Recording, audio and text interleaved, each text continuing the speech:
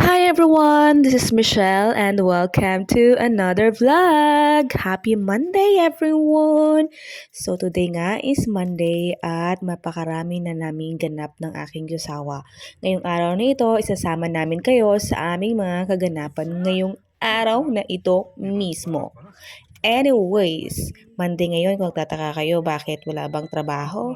Anyways, walang trabaho yung aking Jozawa Bells. Kaya magkasama kami ngayong buong araw na ito. Dahil ngayong araw na ito ay importanteng araw dahil napakarami nga naming aasikasuhin. Lalong-lalo na ang mga dokumento. Ang mga dokumento ay hindi ko pa yan kayang gawin dahil hindi pa tayo hustler. So, unang ganap natin ngayon is pumunta kami sa lugar na iyan. Ayan, and then waiting na kami sa aming turn kasi lahat naman dito kailangan naghihintay talaga. So, may tamang tempo. At dito na ang kasunod namin na pinuntahan. Hindi ako bumaba dyan, asawa ko lang yung aking binababa kasi magda-draft off lang kami ng document. So, ayan. And then after, umuwi muna kami ng bahay dahil meron pa kaming time sa another appointment namin. So, medyo mga 10 minutes. So, mag-outfit check muna tayo dyan. So, hindi na pala ako nahubad ng aking suot kasi nga, sasaglit lang din naman kami kasi may kinuha lang kami kasi nga, yung parking is hindi sila tumatanggap ng card, which is, madami din naman kasi natatanggap. So, napunta kami doon sa hindi tumatanggap, kaya kailangan naming umuwi at kumuha muna ng coins at mag-print ng a little bit para doon sa mga gagamitin namin sa aming mga kaganapan ngayon. At hindi rin naman nagtagal, hindi rin ako natapos dyan kasi sabi ng asawa ko, tara na, tumalis na tayo. So hanggang sa nakarating na kami dito sa aming another. This is our third appointment. So ito yung may time talaga. Pero yung iba kasi wala masyadong time. Ito may time. Hanggang sa nakarating na kami dito. And then dito rin, pumunta rin kami dito sa aming fourth na appointment. Alam niyo ba kung anong oras na dyan? Nag-aalas 11 or something like that. Or 11 na talaga. So, ayun. Kasi importante yung mga bagay na gagawin namin ngayon.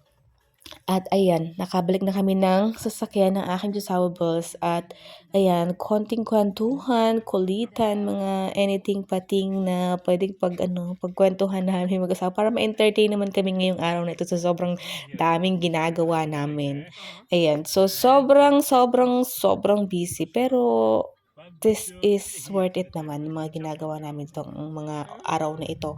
And then, sabi niya is, bago tayo pumunta ng bumili or mag-groceries, dumaan muna tayo sa aking pagupitan dahil gusto kong magpagupit. So, nagpagupit muna siya kasi mahaba na daw kanyang hair lalo.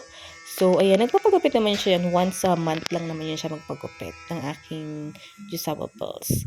At after namin magpagupit dyan is, medyo malapit lang naman itong shop na ito. Kaya pumunta na kami dito. Bitbit-bitin na yung kanyang case ng kanyang paboritong inumin. Ayan lang din talaga yung kanyang iniinom dito, guys. Ayan, very loyal yan talaga sa Coke Zero. Kaya, baka naman. Charing. Ayan, so, nagtitingin-tingin kami dyan kasi may mga times kasi na halimbawa meron silang tawag dito, pagtawag na ito, ang gibot.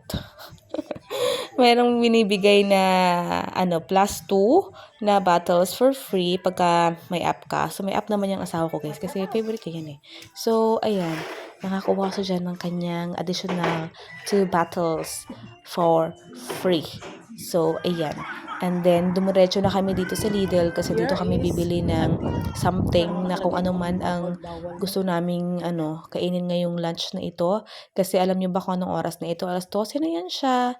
So, bumili lang ako dyan ng chicken wings kasi yun lang nang kakainin namin ng tanghalian dahil meron pa naman sa bahay na na patatas. Patatas is life here in Germany. Patatas. Ayan. At nakakita pala ako dito ng malaking mangga. Kita niyo ba yan? Pero alam niyo ba, malaki din ang kanyang presyo. Mag-almost 4 euro, something like that. At nakabalik kami ng sasakyan. Bumili lang ako ng tinapay. Ito, isa sa mga favorite kong tinapay dito. Wala yan siyang palaman, pero masarap siya. Ang tawag dyan is Laugen Knete Brötchen. Something like that.